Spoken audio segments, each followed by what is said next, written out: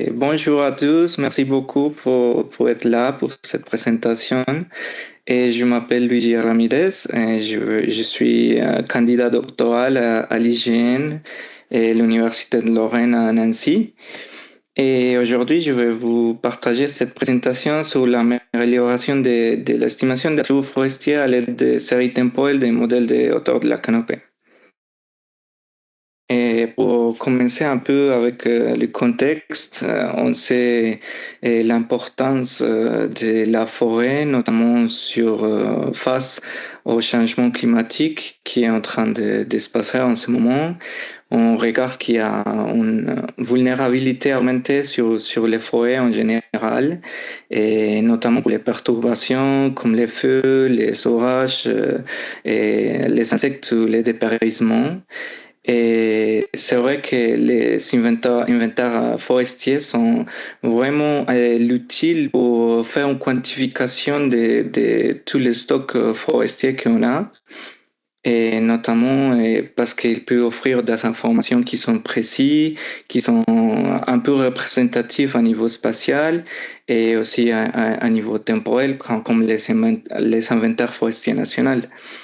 Et additionnellement, avec toutes les informations provenant de télédétection, des remote sensing et les nouvelles méthodes de modélisation, on peut améliorer les estimations les inventaires traditionnels et dans ces approches qui s'appellent multisources.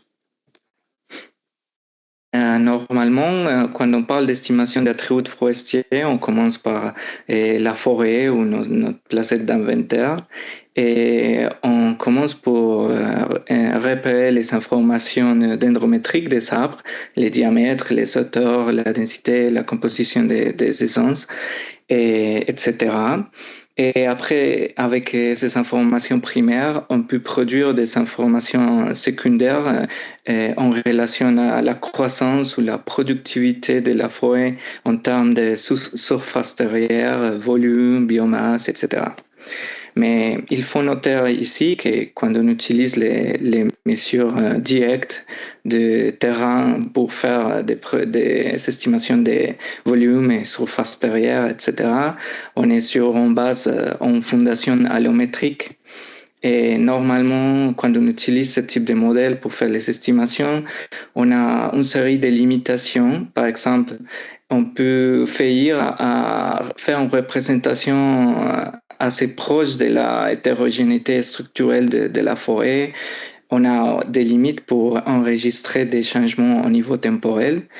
Et c'est quoi? C'est l'étude c'est l'objectif de notre étude.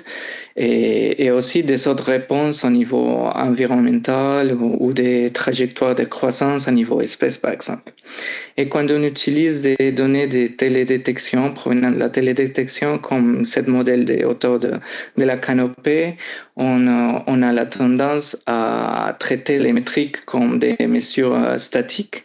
Mais les forêts, en général, ils sont des entités qui sont dynamiques et qui sont des différents flux. Et c'est pour ça qu'on s'est dit que les séries temporelles du MNS ou des modèles numériques MNH, des modèles numériques de hauteur, et ils pouvaient changer ou donner des informations sur l'estimation temporelle ou des variables de flux. Et pour cette présentation, le problème que je voulais vous parler, c'est de comment faire une extraction propre sur les signaux de croissance provenant de ces modèles de MNH, pardon.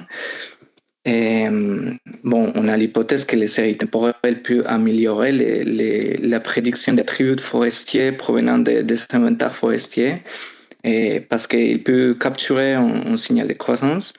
Et aussi, à partir d'une approche de modélisation, on va faire une intégration des données temporelles avec les données d'inventaire forestier national en France et faire des indicateurs de performance du modèle pour l'estimation d'attributs forestiers.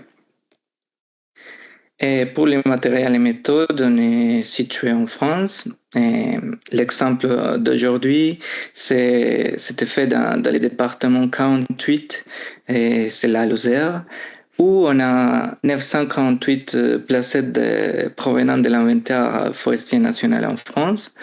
Et il y a aussi des acquisitions qui sont faites par l'IGN et des images du MNH. Et, ils sont faits en 2023, 2021 et 2015. Et on a fait un coupage, une extraction de ces images pour chaque placette d'inventaire forestier. Après, il y a des issues qui sont liées à l'acquisition des images, et notamment en série temporelle. Et, parce que quand on fait l'acquisition des images dans un temps 1 et 2, on peut avoir des différences ou des effets liés à la temporalité et les paramètres du sensor et la qualité des images, la complexité du terrain, etc., qui va produire à la fin un peu de bruit dans les images qu'on va acquérir dans différents points temporels. Et dans cet exemple, on a deux modèles numériques de hauteur d'une même placette en 2020 et 2023. Et quand on regarde, on peut dire, OK, dans les 2023, on a un perdre dans quelques zones du placette ou un gain en hauteur. Et notamment, on a la tendance à dire, OK, il y a un changement dans la placette, mais après, quand on regarde la photogrammétrie ou les images photos dans la même placette, dans la même période d'acquisition, on regarde que peut-être il y a des effets d'occlusion, d'ombrage ou des artefacts qui font cette illusion d'une perte de forêt, par exemple, et qui notamment sont que du bruit dans les images. Et c'est pour ça qu'on se demande comment on peut séparer un signal de croissance qui est différent à celui des produits des artefacts de l'acquisition des images. Et alors, normalement, quand on travaille avec des produits comme les modèles numériques des hauteurs de la canopée, et on a tendance à faire, comme mesure de croissance, une différence entre les périodes évaluées. Par exemple, on a les trois placettes, on a la même placette dans trois différentes périodes d'année et on essaye de calculer avec une formule assez simple.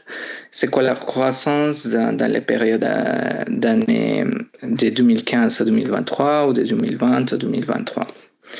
Mais c'est ce que je veux comparer aujourd'hui, c'est l'évaluation des points locaux maximaux dans les placettes.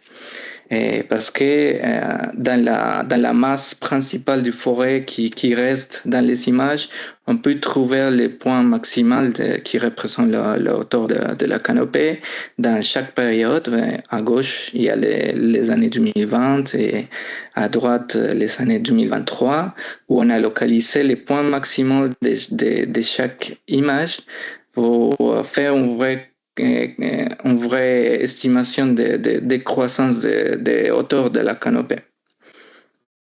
Avec les acquisitions de chaque année, après on fait un deuxième filtrage pour trouver les individus ou les points plus proches de chaque acquisition pour établir vraiment la mesure de croissance des les placettes.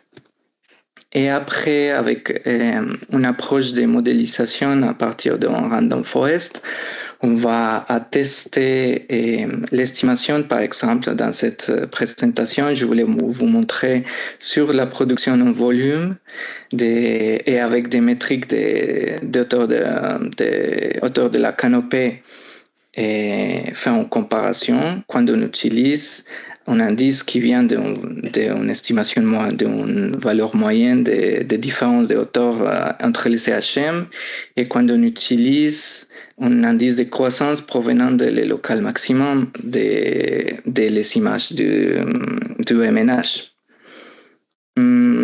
Ici, on va comparer les deux modèles à partir des indicateurs de performance RKE, biais et RMSE. Et comme résultat préliminaire, à gauche, on a les résultats de l'estimation avec un modèle qui utilise des métriques des modèles numériques de la canopée, avec une croissance moyenne estimée entre deux images. Et on regarde que pour les datasets de validation, on a une variance de la production en volume expliquée d'à peu près 37%.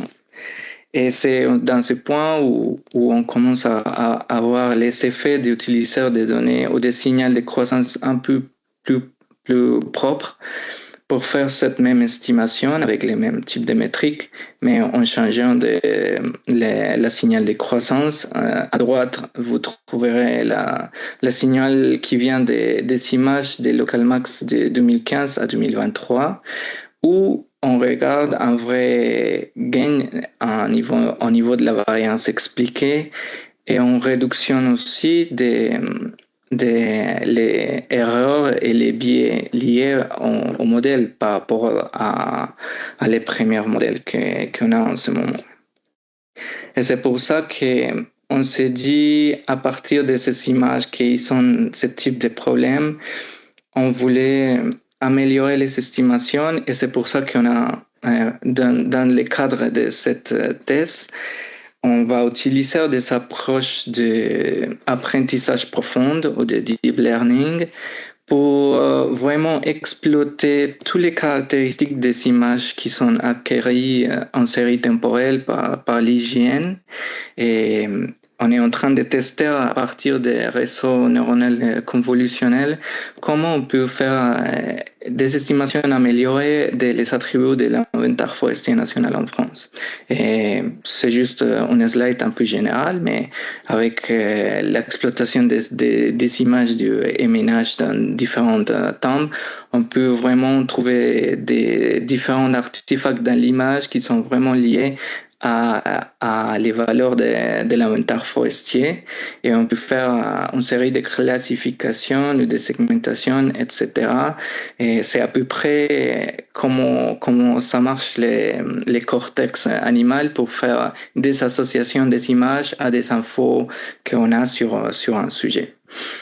Et c'est un résultat préliminaire, mais avec un modèle d'apprentissage profond avec une série temporelle sur cet enjeu de données, on regarde qu'on peut vraiment améliorer les estimations des attributs forestiers. Dans ce cas, on parle du volume et on va perdre ou diminution en termes de réduction du RMSU et des biais.